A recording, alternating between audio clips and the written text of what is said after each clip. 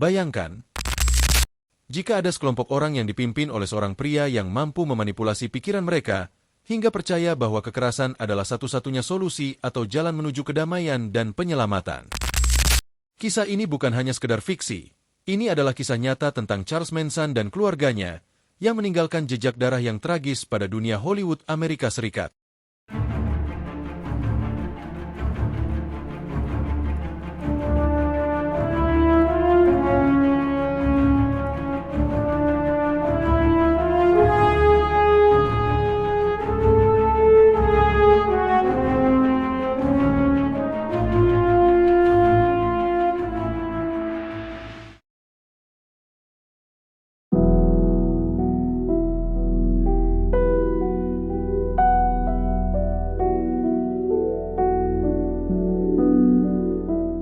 Charles Manson lahir pada 12 November 1934 di Cincinnati, Ohio. Nama ibunya adalah Caitlin Maddox, dan nama ayahnya Kolonel Walker Scott. Manson tidak pernah mengenal ayahnya sendiri, karena pada saat di dalam kandungan, Scott sudah meninggalkan ibunya Manson. Ibunya pada masa remajanya adalah seorang yang bermasalah dan seringkali terlibat tindakan kriminal seperti pengedaran narkoba dan prostitusi. Ia melahirkan Manson pada usia 16 tahun. Charles Manson sering mendapatkan perlakuan kasar dan penelantaran dari ibunya, dan di masa mudanya pada usia 13 tahun, Manson tercatat melakukan tindakan kriminal pertamanya, dan dia ditangkap karena melakukan perampokan pada toko kelontong. Selama masa remajanya, Manson sering terlibat dalam berbagai kejahatan kecil seperti pencurian mobil, penipuan, dan pelanggaran hukum lainnya. Dia juga beberapa kali keluar masuk fasilitas penahanan remaja, sebelum akhirnya dipenjara sebagai orang dewasa karena kasus lain. Setelah dibebaskan dari penjara di tahun 1967, Charles Manson pindah ke California dan mulai menarik perhatian orang-orang muda yang terpengaruh oleh gerakan hippie. Bagi yang belum tahu, gerakan hippie itu adalah gerakan budaya pada pertengahan 1960-an yang menekankan cinta, perdamaian, dan kebebasan pribadi. Gerakan ini juga erat kaitannya dengan protes anti-perang, terutama terhadap Perang Vietnam, yang dimana pada saat itu, mengharuskan warga-warga Amerika Serikat untuk wajib militer, yang dimana putusan ini berlawanan dengan norma-norma gerakan hippie, yaitu cinta, perdamaian, dan kebebasan pribadi. Dan Charles Manson memanfaatkan suasana anti-perang ini untuk merekrut pengikut-pengikutnya, terutama gadis-gadis muda yang terlantar atau yang lari dari rumah, dan tidak mempunyai siapa-siapa untuk dirinya sendiri. Bayangkan saja pada momen ini, dia masuk ke dalam kehidupan orang-orang yang sudah putus asa atas hidupnya sendiri, dan merasa inferior di kalangan masyarakat. Dia menjadikan dirinya sendiri sebagai sosok orang yang sangat dibutuhkan, dan mengulurkan tangannya satu persatu kepada orang-orang yang membutuhkan sosok ayah atau pelindung dalam hidup mereka. Manson memberikan mereka keluarga baru untuk tempat berlindung, dan rasa kebersamaan, dan tujuan yang baru untuk hidup mereka. Padahal yang sebenarnya terjadi tanpa sepengetahuan mereka, Manson adalah sosok yang narsis, sadis, dan manipulatif. Charles Manson mengumpulkan pengikut-pengikutnya di Spahn Ranch, sebuah peternakan tua yang digunakan untuk pembuatan film-film. Di sini Manson mulai mengisolasi pengikut-pengikutnya dari dunia luar, dan mereka hanya menerima ajaran-ajarannya setiap hari dan juga terkadang dia menggunakan obat-obatan untuk melemahkan psikologis pengikut-pengikutnya, dan mengajarkan ideologi-ideologi anehnya tentang helter-skelter. Dan dia juga tidak segan untuk membuat kebohongan lainnya demi tujuannya sendiri, dengan memberitahukan pada pengikut-pengikutnya bahwa dia adalah reinkarnasi dari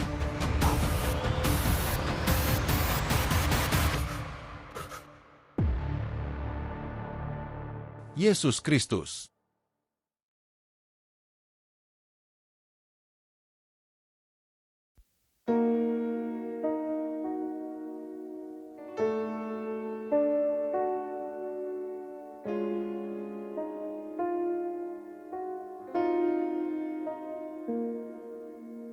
Keyakinan yang menyimpang Charles Manson, seorang pria dengan latar belakang yang penuh kekacauan dan gangguan, membangun sebuah keyakinan aneh dan menyimpang yang dia sebut sebagai helter-skelter. Istilah ini sebenarnya diambil dari lagu berjudul Helter Skelter dari The Beatles, yang pada dasarnya adalah lagu tentang kesenangan dan kegilaan. Namun di tangan Manson, Helter Skelter menjadi sebuah ramalan apokaliptik tentang perang ras di Amerika Serikat, sebuah skenario di mana ketegangan rasial akan meledak menjadi konflik penuh antara orang-orang kulit hitam dan orang-orang kulit putih. Menurut Manson, perang ini tidak hanya akan terjadi, tetapi sudah pasti dan akan mengubah tatanan dunia yang belum kita kenal. Dalam ramalannya, orang-orang kulit hitam akan muncul sebagai pemenang dari perang ras ini, menaklukkan orang-orang kulit putih di Amerika. Namun bagi Manson, kemenangan ini tidak akan menjadi kemenangan sejati bagi orang-orang kulit hitam, karena mereka menurut pandangannya yang rasis dan meremehkan, tidak akan mampu mengelola dunia baru ini sendiri. Di tengah kekacauan perang tersebut, Manson dan pengikutnya yang dikenal sebagai The Manson Family, percaya bahwa mereka akan bersembunyi di bawah tanah, mungkin di sebuah tempat perlindungan rahasia hingga perang ini selesai. Ketika perang akhirnya selesai dan kemenangan diraih oleh orang-orang ras kulit hitam, Manson membayangkan bahwa mereka akan menghadapi kebingungan dan ketidakmampuan untuk memerintah dunia yang mereka menangkan. Pada saat ini menurut Manson, akan menjadi saatnya untuk tampil sebagai penyelamat. Dalam benak Manson, dia dan kelompoknya akan keluar dari persembunyiannya untuk menawarkan bimbingan dan kepemimpinan kepada orang-orang ras kulit hitam yang baru saja memenangkan perang tersebut. Dia yakin bahwa pada akhirnya, mereka akan menyadari bahwa hanya Manson yang memiliki visi dan kemampuan untuk memimpin dunia baru ini. Dengan demikian, dia akan menjadi penguasa, memimpin sebuah peradaban baru yang dibangun di atas reruntuhan dunia lama, dengan dirinya sebagai penyelamat dan pengikut-pengikutnya sebagai elit baru yang mengatur tatanan dunia.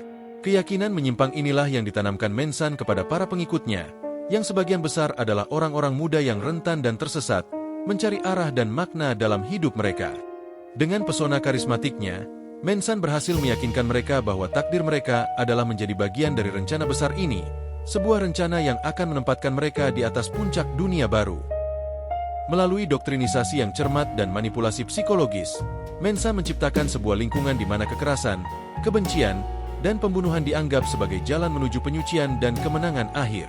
Ini bukan hanya pandangan yang menyimpang, tetapi juga mematikan, sebuah keyakinan yang memicu serangkaian pembunuhan brutal yang mengejutkan Amerika dan dunia, dan meninggalkan jejak kegelapan dalam sejarah Amerika.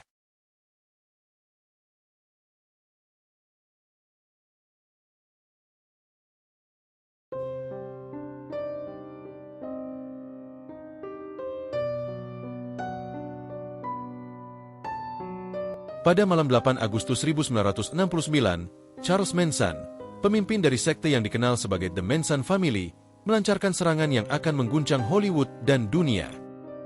Manson memerintahkan sekelompok pengikutnya, Charles Tex Watson, Susan Atkins, Patricia Krenwinkel, dan Linda Kasabian, untuk melakukan tindakan kriminal di rumah yang dihuni oleh sutradara terkenal Roman Polanski dan istrinya yang sedang hamil, Sharon Tate.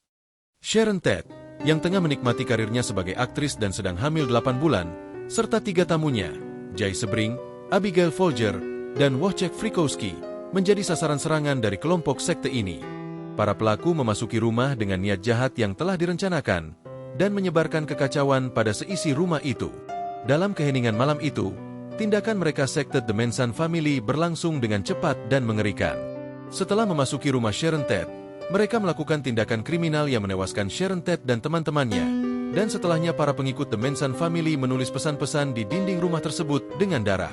Salah satu pesan tersebut berbunyi, "Pik," sebagai bagian dari upaya untuk menyebarkan ketakutan pada warga Amerika Serikat.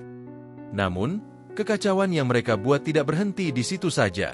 Keesokan harinya 9 Agustus 1969, Manson memerintahkan serangan kedua pada pasangan Leno dan Rosemary LaBianca. Dalam serangan ini, Leslie Van Houten, anggota lain dari The Manson Family, bergabung untuk menggantikan Susan Atkins. Serangan dilakukan terhadap pasangan LaBianca dengan metode yang serupa. Pasangan tersebut tewas akibat tindakan kriminal pengikut Manson. Dan setelah melakukan tindakan kriminal tersebut, mereka juga meninggalkan pesan-pesan di dinding rumah LaBianca, seperti Death to Pigs dan Rise. Setelah melakukan aksinya di rumah keluarga LaBianca, Manson memerintahkan pengikutnya Linda Kasabian untuk meninggalkan dompet yang dicuri dari keluarga tersebut di sebuah toilet umum di daerah Los Angeles yang banyak dihuni oleh orang-orang kulit hitam. Manson berharap seseorang dari masyarakat di lingkungan itu akan menemukan dompet tersebut, menggunakannya, dan kemudian polisi akan menyalahkan mereka atas 2 pembunuhan ini. Dengan menulis pesan-pesan penuh kebencian di dinding rumah korban, Charles Manson berharap bisa memicu kekacauan perang rasial. Rencananya semakin jelas ketika dia memerintahkan pengikutnya untuk menyimpan dompet korban di toilet umum, di lingkungan yang dihuni oleh orang-orang kulit hitam. Manson berusaha memanfaatkan ketegangan rasial yang ada untuk memicu kekacauan lebih lanjut dengan rencana liciknya untuk menipu pihak berwenang. Dan juga ditambah lagi, target Manson dan para pengikutnya hanya melakukan serangan pada orang-orang kulit putih dalam rencana mereka. Dalam rencananya, Manson pikir kalau dia melakukan serangan ini terus-menerus dan menargetkan orang-orang kulit putih dalam target serangannya, dia bisa membuat opini pada benak masyarakat bahwa dalang dari semua pembunuhan yang terjadi baru-baru ini, dengan kesamaan ciri-ciri pada korban, itu akan merujuk pada ciri-ciri pada para pelaku. Dan ditambah isu rasial di Amerika Serikat sangat tinggi pada masa itu, dan menurutnya ini akan memicu perang rasial yang dia yakini. Meskipun Manson memiliki rencana besar untuk menyalakan api perang rasial yang dia yakini, tetapi rencananya tidak berhasil memicu ketegangan seperti yang dia harapkan. Pada akhirnya, pembunuhan tersebut terungkap sebagai hasil dari delusi ekstrim seorang pria, Charles Manson serta para pengikutnya yang terobsesi dengan kekacauan dan kekerasan. Para pengikutnya telah diracuni oleh ajaran-ajaran sesat dan menyimpang dari Charles Manson, serta dimanipulasi secara psikologis hingga lemah karena penggunaan obat-obatan terlarang yang membuat mereka kehilangan rasa bersalah mereka, dan karena tindakannya mengantarkan mereka semua ke hadapan ruang pengadilan.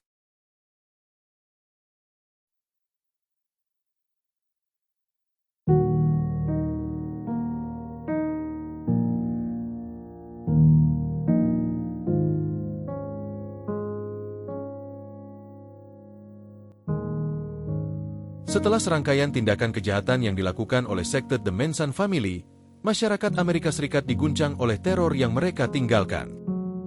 Penemuan mayat Sharon Tate, Jay Sebring, Abigail Folger, Wojciech Frykowski, serta pasangan Leno dan Rosemary LaBianca memicu gelombang ketakutan dan memaksa aparat keamanan melakukan penyelidikan besar-besaran.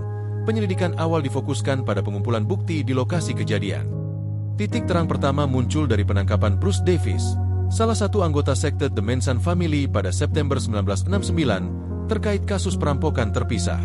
Dalam interogasinya, Davis mengungkapkan informasi yang mencurigakan tentang Manson dan para pengikutnya, yang menjadi petunjuk awal keterlibatan mereka dalam kasus kejahatan yang lebih besar. Kunci lain datang dari Linda Kasabian, seorang anggota sekte The Manson Family yang awalnya ikut dalam serangan, tetapi tidak terlibat langsung dalam tindakan kriminal yang menewaskan para korban. Setelah melarikan diri dari sekte tersebut, Kasabian memutuskan bekerja sama dengan pihak berwenang. Kesaksiannya yang rinci tentang rencana dan pelaksanaan yang menewaskan banyak korban, memberikan bukti penting dalam kasus penyelidikan ini. Dengan petunjuk dari Davis dan informasi mendalam dari Kasabian, polisi berhasil menangkap pemimpin sekte Charles Manson bersama para pengikut utamanya Charles Tex Watson, Susan Atkins, Patricia Krenwinkel, dan Leslie Van Houten. Dengan bukti-bukti yang sudah ditemukan oleh polisi di tempat kejadian tersebut, dan juga ditambah kesaksian para saksi, menguatkan dugaan keterlibatan pada The Manson Family. Pada 15 Juni tahun 1970, pengadilan terhadap Charles Manson dan para pengikut utamanya dimulai. Kasus ini menarik perhatian publik dan media secara luas, menjadikannya sebagai salah satu kasus kriminal paling terkenal di sejarah Amerika Serikat. Pada Januari tahun 1971, Charles Manson dan 4 pengikut utamanya dinyatakan bersalah dan dijatuhi hukuman mati. Pengadilan tersebut mengungkapkan bagaimana Manson sebagai pemimpin sekte The Manson Family menggunakan manipulasi psikologis dan obat-obatan terlarang, serta keyakinannya yang ekstrim untuk mengontrol para pengikutnya. Hukuman mati mereka ditangguhkan pada tahun 1972, setelah Mahkamah Agung Amerika Serikat membatalkan hukuman mati di California. Manson dan para pengikutnya akhirnya menjalani hukuman seumur hidup di penjara. Lalu Manson meninggal dunia pada usia 83 tahun di tahun 2017 dan masih dalam statusnya sebagai narapidana.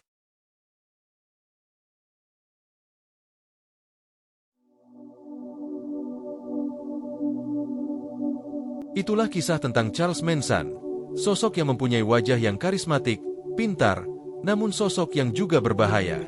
Ia menggunakan kecerdasannya untuk memanipulasi pikiran orang lain, membentuk sekte yang loyal kepadanya, dan menyebarkan keyakinan sesat tentang perang rasial yang ia yakini yang akan membuatnya menjadi pemimpin dunia baru. Ide-ide Manson mungkin tampak sangat gila dan menyimpang, terutama mengingat keyakinan delusionalnya yang berasal dari sebuah lagu. Ia mengartikan musik dengan cara yang salah dan membangun ramalannya sendiri. Meskipun kenyataannya, musik itu tidak pernah bermaksud seperti yang ia yakini. Namun, di balik keyakinannya yang sesat, ada masa lalu kelam yang mungkin turut membentuk perilakunya. Didikan kasar yang ia terima dari ibunya ketika sedari kecil, mungkin membuatnya menjadi orang yang kurang memiliki rasa kasihan, dan menjadikannya orang yang manipulatif dan juga sadis. Bagaimana menurut kalian keyakinan sesat Helter Skelter, sebuah perang ras apokaliptik di Amerika Serikat yang diyakini Charles Manson, dan dia menciptakannya sendiri dari hasil delusinya dari sebuah lagu? Bagaimana pandangan kalian mengenai keyakinan sesat Helter Skelter? Coba tulis pendapat kalian di kolom komentar.